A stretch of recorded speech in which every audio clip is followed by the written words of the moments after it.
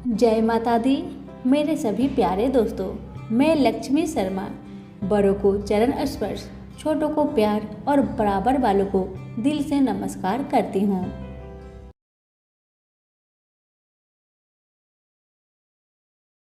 प्रेम से बोलिए नरसिंह भगवान की जय हो। आज मैं आप सभी को श्री नरसिंह जयंती की व्रत कथा सुनाने जा रही हूँ। बैसाख शुक्ल पक्ष की चतुर्दशी को नरसिंह भगवान ने खंबे को फाड़कर भक्त प्रहलाद की रक्षार्थ अवतार लिया था।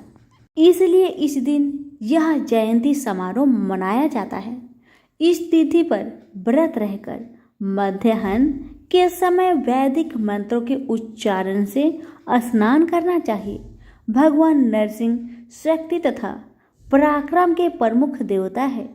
पूजा स्थान को गोबर से लीपकर तथा कलश में तांबा इत्यादि डालकर उसमें अष्टदल कमल बनाना चाहिए। फिर नरसिंह भगवान की मूर्ति का पूजन करना चाहिए। अपनी शक्ति के अनुसार गोदान, तिल, स्वर्ण तथा वस्त्र आदि का दान देना चाहिए। विजयनगर के राजाओं का नरसिंह मूर्ति ही राज चिन्ह था। कथा पुराणों का अनुसार प्राचीन समय में कश्यप नाम का एक राजा था। उनकी प्राण वल्लभा का नाम महारानी दीति था। दीति से क्रमशः 2 पुत्र हिरण्याक्ष तथा हिरण्यकशिपु हुए, जिनमें दूसरे पुत्र हिरण्याक्ष को विष्णु भगवान ने वारा रूप धारण करके मार डाला। इसके परिणाम स्वरूप हिरण्यकशिपु काफी कुपित हुआ तथा भाई का प्रतिशोध लेने के लिए कठिन तपस्या द्वारा ब्रह्मा तथा शंकर को प्रसन्न किया। पितामह ब्रह्मा ने उसे अजय होने का वरदान दिया। वरदान के अभिमान से वह प्रजा पर अत्याचार करने लगा। उसी समय उसकी पत्नी क्याधु की कोख से प्रहलाद का जन्म हुआ। यद्यपि प्रहलाद का जन्म राक्षस के घर में हुआ था, फिर भी वह भगवत भक्त तथा पिता का विरोधी था।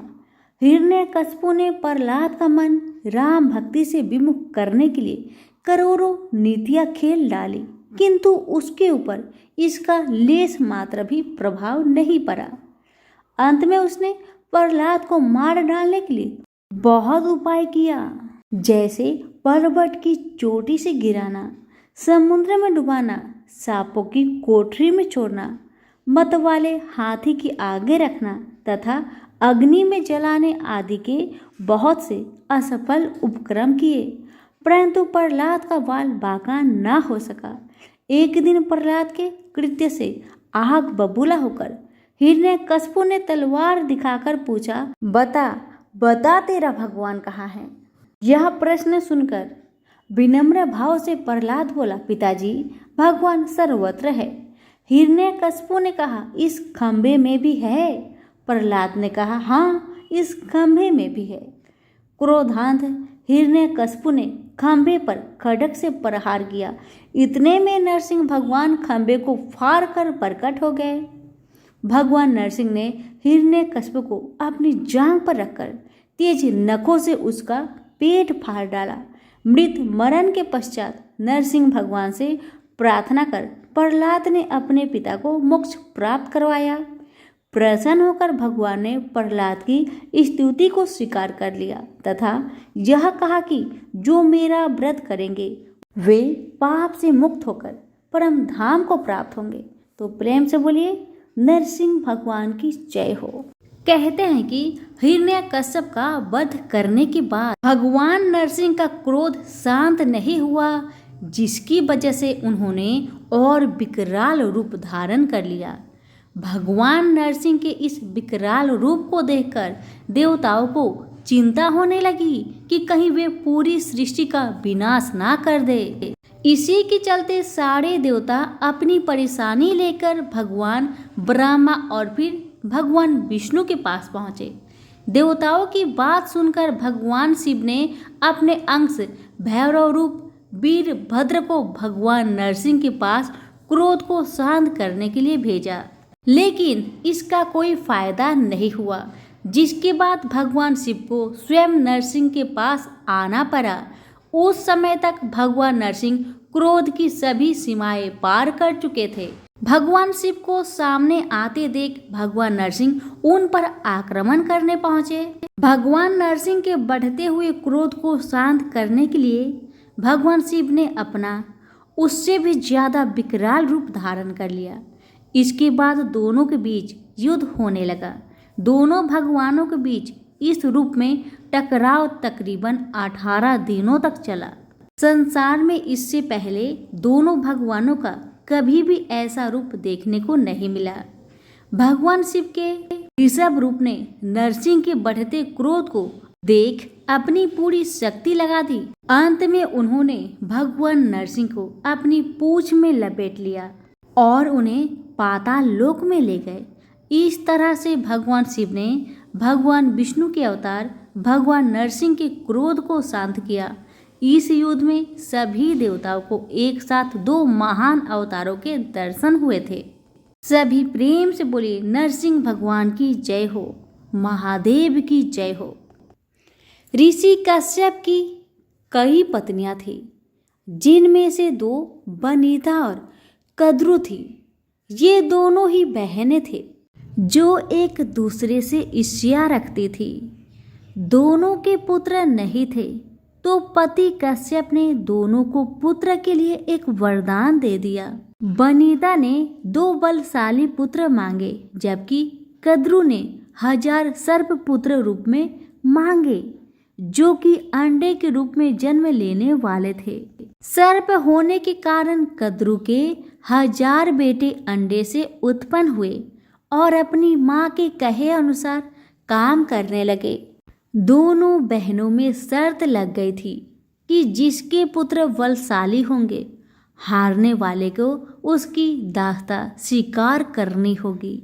इधर सर्प ने जो जन्म लिया था, लेकिन वनिता के अंडों से अभी कोई पुत्र नहीं निकला था। इसी जल्दबाजी में वनिता ने एक अंडे को पकने से पहले ही फोड़ दिया। अंडे से अर्ध विकसित बच्चा निकला, जिसका ऊपर का शरीर तो इंसानों जैसा था, लेकिन नीचे का शरीर अर्ध पक्के था। इसका नाम अरुण था। अरुण ने अपनी माँ से कहा कि पिता के कहने के बाद भी अपने धैर्य खो दिया और मेरे शरीर का विस्तार नहीं होने दिया, इसलिए मैं आपको श्राप देता हूँ कि आपको अपना जीवन एक सेवक के तौर पर बिताना होगा।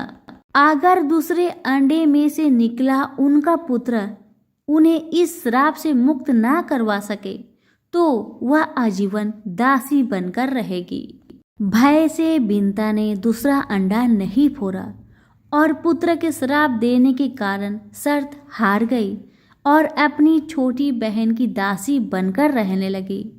बहुत लंबे काल के बाद दूसरा अंडा फूटा और उसमें से विशालकाय गरुड़ निकला, जिसका मुख पंछी की तरह और बाकी शरीर इंसानों की तरह था। हालांकि उनकी पसलियों से जुड़े उनके विशालकाय पंख भी थे। जब गरुड़ को यह पता चला कि उनकी माता तो उनकी ही बहन की दासी है और क्यों है यह भी पता चला, तो उन्होंने अपनी मौसी और सर्पों से इस दास्ताओं से मुक्ति के लिए उन्होंने शर्त पूछी। सर्पों ने बिंता की दास्ता की मुक्ति के लिए अमृत मंथन से निकला अमृत मांगा।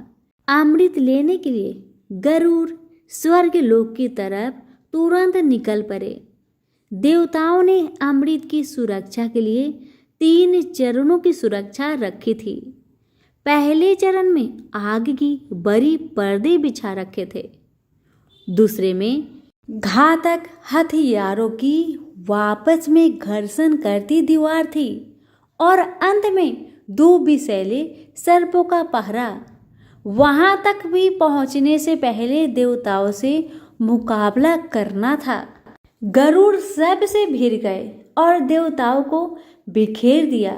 जब गरुड़ ने कई नदियों का जल मुख में ले पहले चरण की आग को बुझा दिया, अगले पथ में गरुड़ ने अपना रूप इतना छोटा कर दिया कि कोई भी हथियार उनका कुछ न बिगाड़ सका, और सर्पों को अपने दोनों पंजों में पकड़कर उन्होंने अपने मुंह से अमृत कलश उठा लिया और धरती की ओर चल पड़े। लेकिन तभी रास्ते में भगवान विष्णु प्रकट हुए और गरुड़ के मुंह में अमृत कलश होने के बाद भी उसके प्रति मन में लालच न होने से खुश होकर गरुड़ को वरदान दिया कि वो आजीवन अमर हो जाएंगे। तब गरुड़ ने भी भगवान को एक वरदान मांगने के लिए बोला, तो भगवान ने उन्हें अपनी सवारी बनने का वरदान मांगा। इंद्र ने भी गरुड़ को वरदान दिया कि वो सर्पों को भोजन रूप में खा सकेंगे। इस पर गरुड़ ने भी अमृत सकुशल वापसी का वादा किया। अंत में गरुड़ ने सर्पों को अमृत सौंप दिया और भूमि पर रखकर कहा कि यह रहा अमृत कलश, मैंने यहाँ इसे लाने का अपना वादा पूरा किया और अब यह आपके सुपुत्र हुआ। लेकिन इसे पीने से पहले आप सभी स्नान करें तो अच्छा होगा। जब वे सभी सर्प स्नान करने गए तभी वहां अचानक से भगवान इंद्र पहुंचे और अमृत कलश को वापस ले गए। लेकिन कुछ बूंदें भूमि पर गिर गई जो कि घास पर ठहर गई थी। सर्प उस बूंदों पर झपट पड़े लेकिन उनके हाथ कुछ न लग सका। इस तरह गरुड़ की शर्त भी पूरी हो गई और सर्पों को अमृत भी नहीं मिला।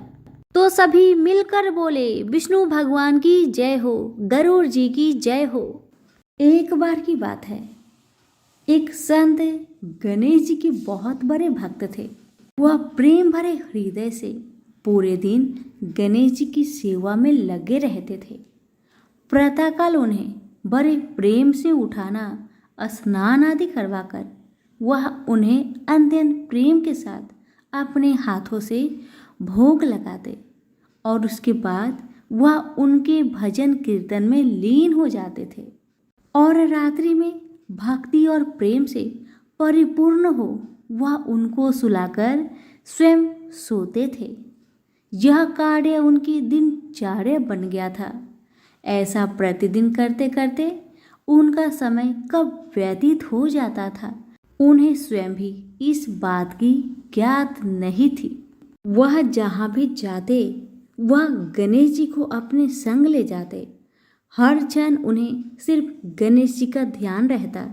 वह सिर्फ उनकी ही बात किया करते और गणेश जी भी उन संत की सेवा भाव से अति प्रसन्न रहते थे। वो कहते हैं न कि भगवान को सिर्फ भक्त का प्रेम भरा हृदय चाहिए और कुछ भी नहीं। यह बात इस कहानी से सिद्ध हो जाती है कि भगवान को सिर्फ प्रेम और भक्ति की शक्ति से ही बस में किया जा सकता है। एक बार वह संत कुछ अन्य संतों के साथ ट्रेन की यात्रा कर रहे थे। वह संत अपने साथ गणेश जी को भी अपनी यात्रा में ले आए और अपनी साथ वाली सीट पर उन्हें विराजमान कर उनको प्रणाम किया। अब उन संत ने अन्य संतों के साथ मिलकर प्रभु की भक्ति में ओल प्रेत होकर प्रभु का भजन कीर्तन आरंभ कर दिए। गणेश भजन और कीर्तन की समाप्ति के पश्चात वह सभी संत प्रभु भक्ति की चर्चा में लीन हो गए और कब उनकी मंजिल आ गई उन्हें पता भी नहीं चला। सभी संत एक साथ ट्रेन से नीचे उतरकर स्टेशन से बाहर आ गए और आश्रम पहुंच गए। आश्रम में पहुंचकर जब उन संत का भोजन का समय हुआ तो उन संत ने सोचा कि गणेश जी के भोग का समय भी हो चुका होगा। बिना गणेश जी को भोग लगाए मैं भोजन कैसे ग्रहण कर सकता हूँ? और गणेश जी को भोग लगाने के लिए भोग की तैयारी करने लगे।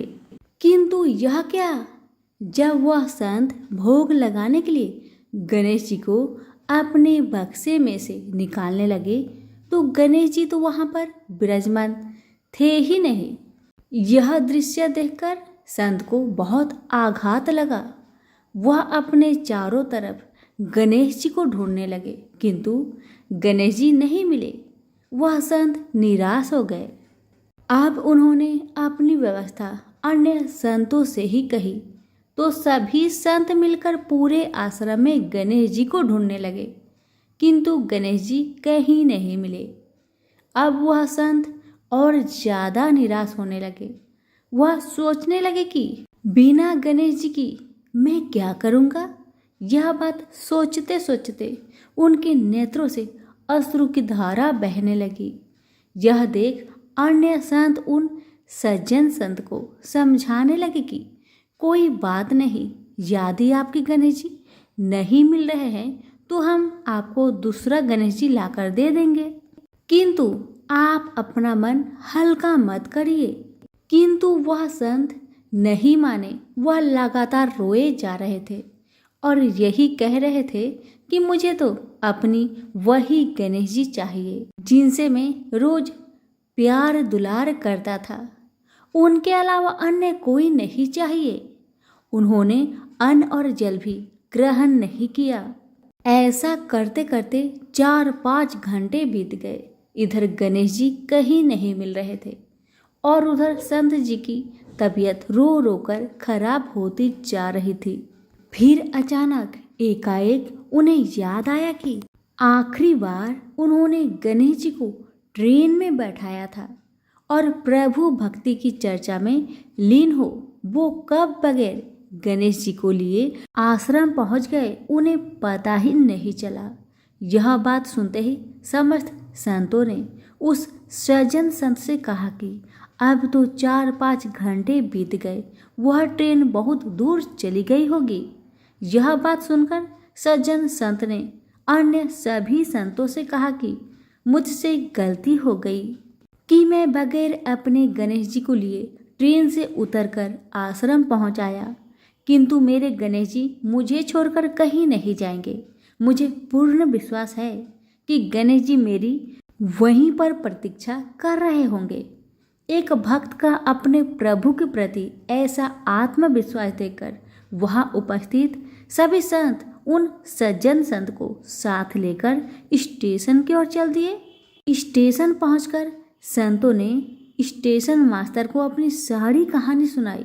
यह बात सुनकर स्टेशन मास्टर ने संतों से कहा कि एक ट्रेन पिछले 4-5 घंटे से स्टेशन पर ही खड़ी है। हम सभी बहुत परेशान हैं कि बिना किसी तकनीकी समस्या के वह ट्रेन आगे क्यों नहीं बढ़ रही है। स्टेशन मास्टर की इन बातों को सुनकर संतों को समझने में तनिक भी देर ना लगी कि यह सब तो उस लीलाधर की है। ये तो गणेश महाराज की ही लीला है। और वह मुस्कुराते हुए अपने ठाकुर को लेने चल दिए। ट्रेन की बोगी में पहुंचकर जब उन संत ने ठाकुर जी को देखा तो ऐसा लगा मानो जैसे वह एक बच्चे की भांति बैठकर अपने पिता का इंतजार कर रहा हो कि कब उसके पिता आएंगे और उसे ले जाएंगे। तब उन संतों ने गणेश जी को प्रणाम कर और क्षमा याचना करते हुए गणेश जी को ट्रेन से नीचे उतार ले गए। अंत में यह दृश्य देखकर सभी हैरान रह गए। जब वह संत अपने गणेश जी को लेकर जैसे ही ट्रेन से नीचे उतरे, वैसे ही वह ट्रेन भी चल दी, जो बिना किसी तकनीकी समस्या के स्टेशन पर पिछले 4-5 घंटे से खड़ी थी।